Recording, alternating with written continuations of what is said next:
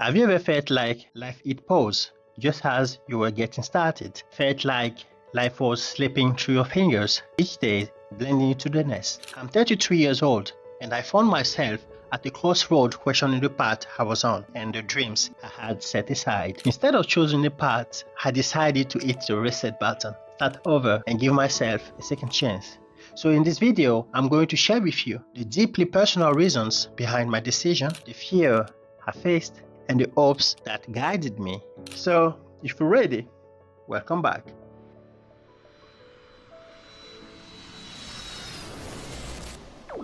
Before talking about me, let me tell you the story of a man, a philosopher, whose mind was a battleground of thoughts and beliefs. Was initially a firm believer in biblical miracles and divine interventions.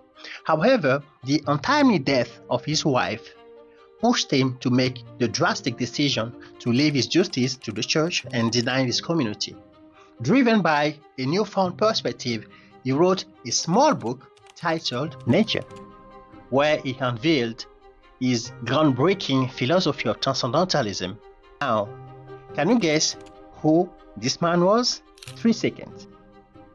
His name is ralphwaldoemerson. I'm sure you recognize the quote often linked to him. The only person you are destined to become is the person you decide to be.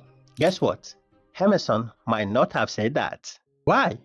Because we never found definitive citation linking these words directly to Emerson. The earliest appearance of this quote was actually in a Nike ad campaign in October 1991, issued of Vogue magazine. Despite its commercial origins, this quote emphasizes the power of personal choice and self-determination, and is aligned with Emerson's beliefs in the individual's potential to shape their own destiny through conscious self-decision making and self-reliance. In a society where we often feel compelled to meet external expectations, this message reminds us that our true potential is defined by our own decision and action. It promotes a mindset of empowerment, urging people to take control of their life and actively chase their goal and aspiration. Transcendentalism is a fascinating topic on its own, but it becomes even more intriguing to me when paired with the story of a man after whom I got my name. So if you're new here, my name is Emerson, a sales and marketing enthusiast who one day decided to be part of the content economy and make videos just like this on philosophy, bold discussions, technology advancement, and book summaries. So if you are interested in this kind of topic, self-reliance and just a find of educational content, then this channel is for you. This video is the first of a new series where I will allow myself to freely share my thoughts about various social dynamics. Among those is this very story of mine. Why am I here at the age of 33 running this project, a YouTube channel that finally made its first 100 views? Yes! Many might overlook this milestone, but for me, it's incredible knowing how challenging it was to surpass these 25 views for an introvert like me. I'm truly grateful. Thank you very much. As you might have figured it out, this quote attributed to Emerson played a big role in my decision to be up there with you guys. But what you don't know is that another quote actually opened my eyes even wider, but we will get into it later. Opening this channel was part of a big plan of mine to reshape my destiny, transforming myself entirely. What I wanted was easy: read more, meditate more, and exercise more. Don't trust me if you see fit, but I wasn't that bulky guy you see on the screen right now. I have piled up a total of 42 kgs over the last 4 years.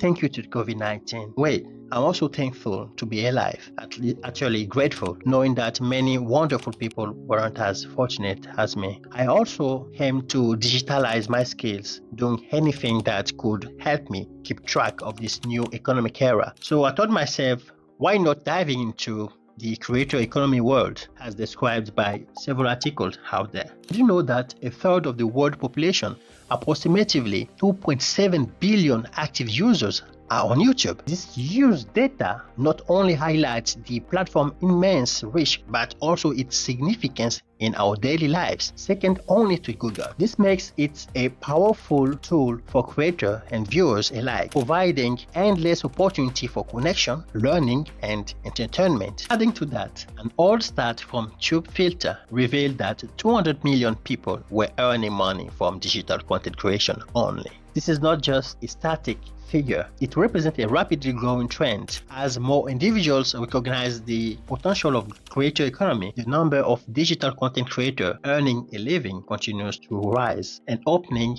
opportunities for those willing to dive into this dynamic field. The financial opportunities on YouTube are expanding rapidly, but what particularly intrigued me is the research conducted by Goldman Sachs, which delves into the new era we're living in. They predicted that the creator economy could reach $500 billion by 2027, underscoring the significant economic impact and potential growth within this sector.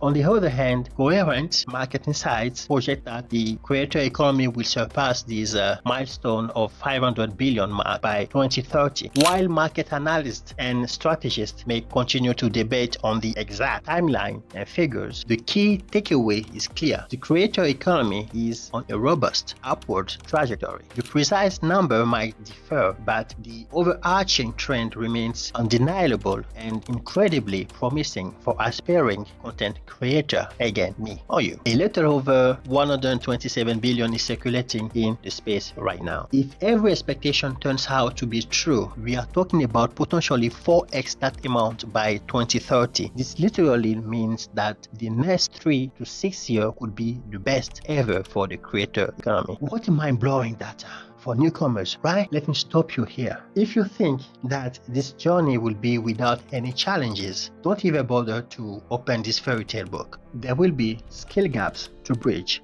new stuff to learn, and fierce competition. But let's be realistic, okay? If we're going to paddle anyway, we might as well ride the current wave and leverage the global momentum, right? Creator economy is not just a passing trend. It is a powerful force reshaping how we think about work, creativity, and financial independence, okay? By embracing this shift, we can position ourselves to take full advantage of the opportunities available.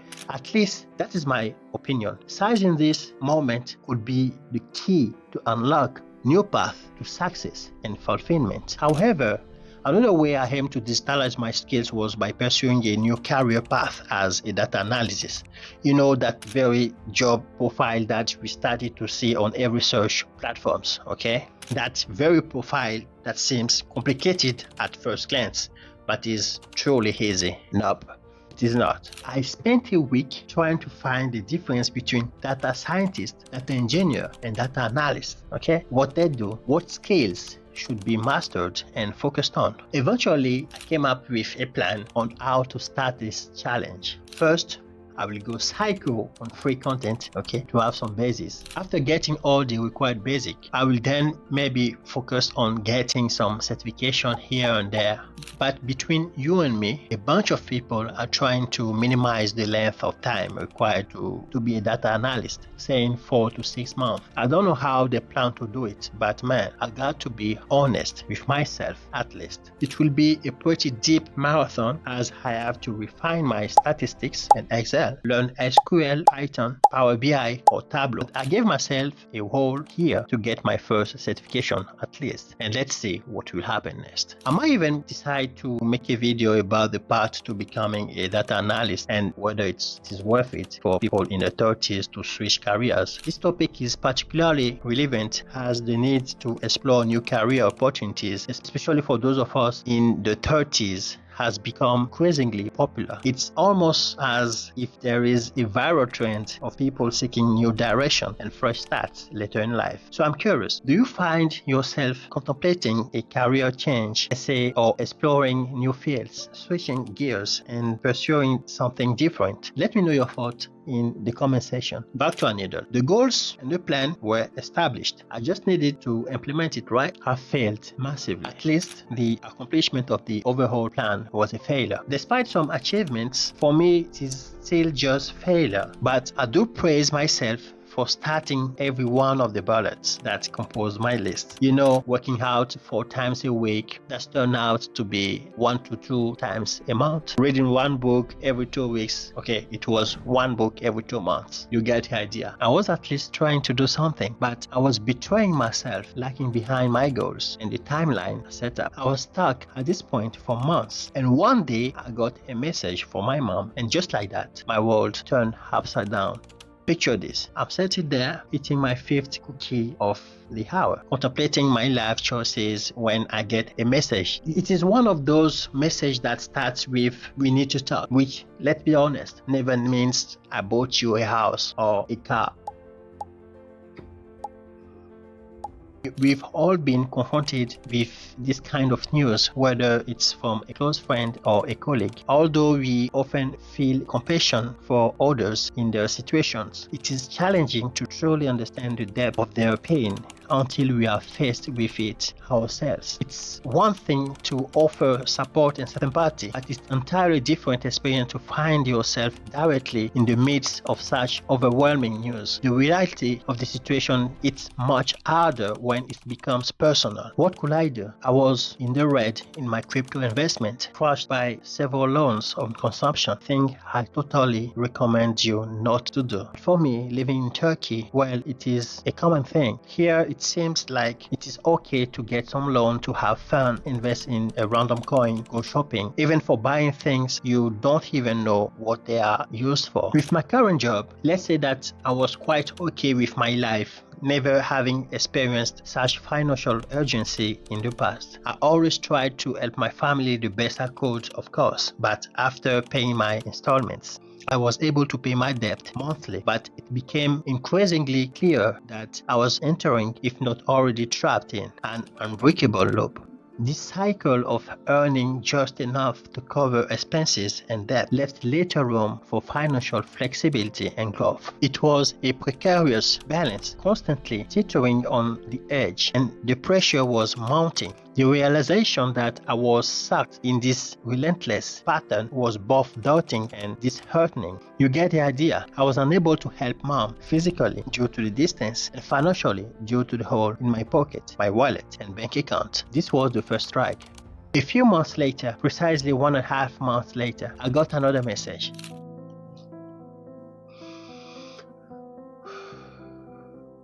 Same lyrics, holding that you are screwed. What a hard way to face the reality, isn't it? Obviously, someone up there was trying to tell me something, and the only way he or she found was to pierce my heart harshly. I wasn't ready for any of these situations, and for sure, I wasn't praying for that. The way I was living my life was impacting indirectly the lives of my loved ones, in a sense that I wasn't there for them and I couldn't help them. All I had was my eyes to cry anytime I was alone. I was depressed until one day I came across this quote from Alex Hormozy. The cost of success is the years of feeling like an idiot for things you should have known by now. This simple yet profound statement resonates with me on a personal level. It encapsulated the frustration and regret I have felt for not having made better choices sooner, but it also offered a glimmer of hope. I needed to start taking pride in the negative things that happened to me, because those were the things that will make me the man I'm going to become in the future. This realization hit me hard as I reflected on the missed opportunities and the time wasted due to my own inaction and poor choices.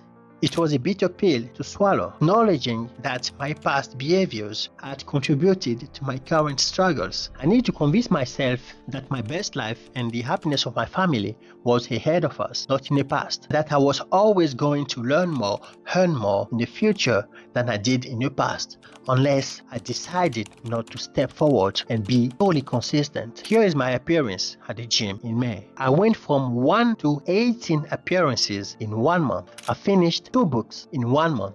The Test by Stefan Alice and Make It Happen by Jordan Levin. Those two books really impacted me positively and led me to a new way of thinking. The insights I gained from them were transformative, helping me to reframe my approach to challenges and opportunities. If you're interested in the profound lesson and takeaways from these books, you can find detailed summaries in our Pager series. These summaries provide an unmatched overview of the key concepts and ideas that have influenced my journey and can potentially inspire your own path to self-improvement. If, like me, you turn out suffering from the departure of a loved one, through this book, you might find peace of comfort. I know that's for me, so give it a try. I have started to reduce unnecessary expenditures, focusing on investing in new skills that one day, even after 5 years, might generate income flows. I decided to revive my YouTube channel. Most importantly, I started to reunite with myself internally, trying to be more supportive to my friends, my family. I started to understand the worth of each second spent down here, and I was trying and still trying to be useful to the society and hoping for the best to come. I hope that from the comfort of your home, you feel inspired to take action and change your life for the better if you believe it is not where you want it to be. I may not be the most qualified person on this platform to offer advice, but let me share a few insights that might help you on your journey to redefine yourself. You just have to start by just making a list of things you are truly grateful for. Look around you and witness the chance you have to be breathing, smiling at your child, spending a night with your family, even if you were returning from a stressful workload. Just look around and be honest with yourself. Then make a list of things you think you are lacking in your life in order to realize your future self. I can assure you that this list will be shorter than the first one. Anyway, after that, please give yourself some time to research the way to manifest those things that you want in your life. Maybe you decided to enter a new career path like I did. Dig into every point in this list, okay? And here, YouTube might be the best place to start. Once you feel equipped with all the basic knowledge, then try to set up a concrete but doable plan to achieve each of those goals. Don't worry, you can begin with small cautious steps, okay? What is important is that these steps has to be consistent, continuous, and gradually building momentum over time. Just try it and let me know. I'm Emerson, and this was my story on why I needed to be the best version of myself. So if you feel like helping me growing this channel, kindly subscribe, press the notification bell, give me a thumbs up, and let me know the 3 things you truly need to do for your life or for your family. You might also want to check some of our playlists out there. Love you. Bye-bye.